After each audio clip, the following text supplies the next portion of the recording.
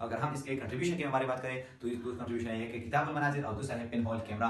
अगर हम बात करें अल बिरूनी की, अल बिरूनी एक अफगान स्कॉलर था, 973 में पैदा हुआ था और 1048 में वफात हुआ था। 150 कुछ लिखे थे, हर फील्ड के माहिर थे, मार्कोलॉजी, कॉस्मोलॉजी, सब कुछ, बायोलॉजी, फिजिक्स, इस सब के माहिर थे। इसने 4 काम किए थे फिजिक्स में, एक shape of moon, moment of sun, moment of moon और फेजेस ऑफ मून। अब हम पाकिस्तानी साइंसदान के बारे में बात करें तो इसमें हमारे पास पहले नंबर पर आता है Ishfaq Ahmed Khan. Ishfaq Ahmed Khan atomic Pakistan nuclear atomic energy commission में नाम लूंगा लेकिन आपको याद रखने इसके चेयरमैन थे 1991 से लेकर 2001 तक।